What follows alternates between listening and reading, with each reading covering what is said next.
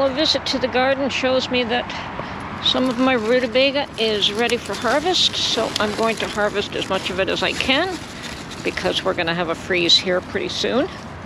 And these are small, but they will be awesome. So there's one. Here's another one.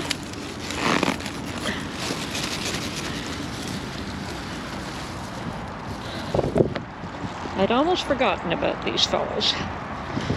And yes, they're better left in the cold. Okay, another one here. That is a reasonable size. The really small ones I will leave. And one there that's cracked I will leave. Let's see, what else have we got here?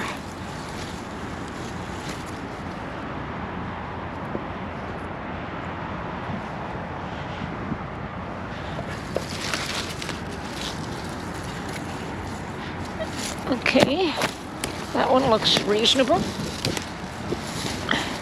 And so does this one. A bit on the small, but it'll do.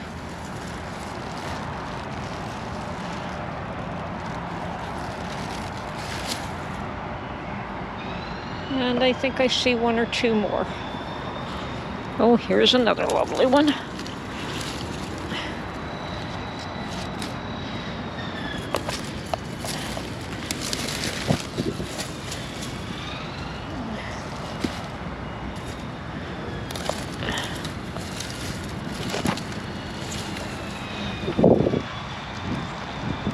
Okay.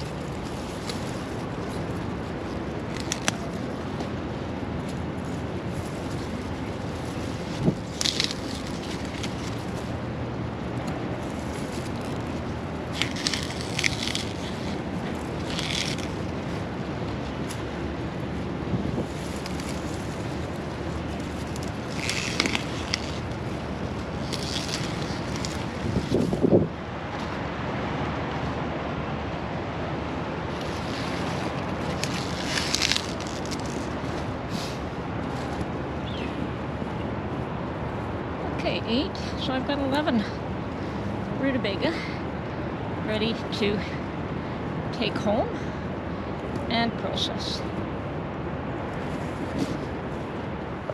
Did I say 11? 12.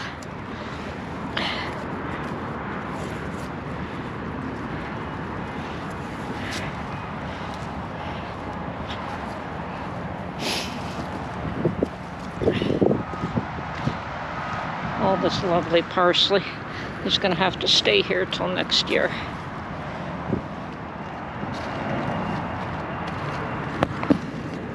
And my Brussels sprouts, once again, have failed. They're too tiny. Not likely that I will grow these again.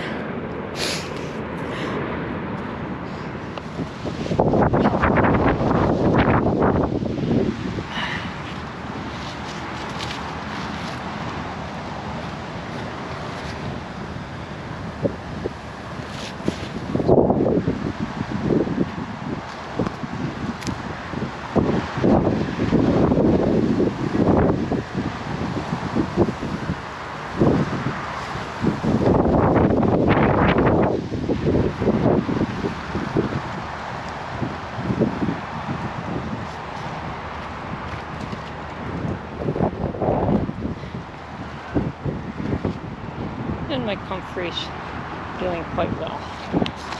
Okay, time to go.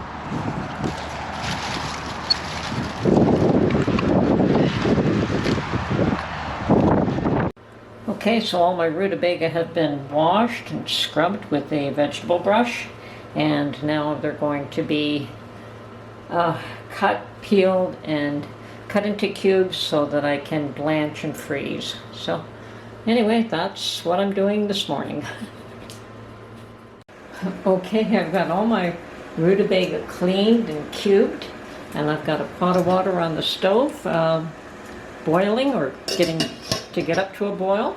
And when it is done so, then I'll be blanching all of this for a few minutes, then straining it, and then putting it on this sheet of wax paper on a tray and putting it in the freezer to freeze.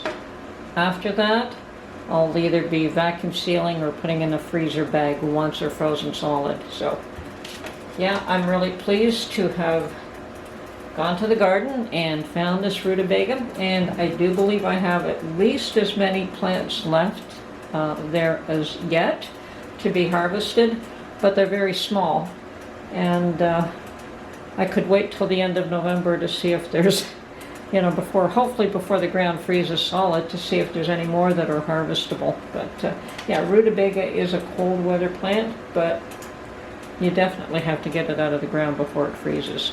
Okay, first batch is out. Now we're going to take out some more and repeat this process. So all we're doing is blanching these. I don't want to cook them.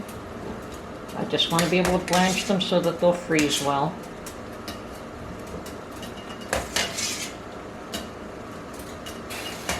And actually, I ate a piece raw and it was actually quite tasty. So,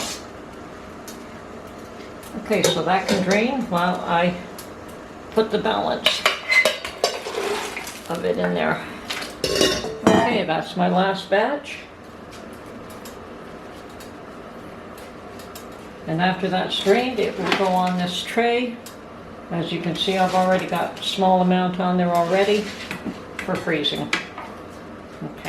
Okay, well, I managed to get it all on the one tray. I would have preferred to be able to put it on two trays to put it in the freezer so it would freeze quicker, but I don't have the space, so this probably will take a little bit longer, but hopefully it should be fine. And once it's frozen, then I'll put it in individual bags and keep it in the freezer. It's just the space for the tray is what I don't have. Okay, so the rutabaga from the garden netted me, at least this batch, netted me 4 bags.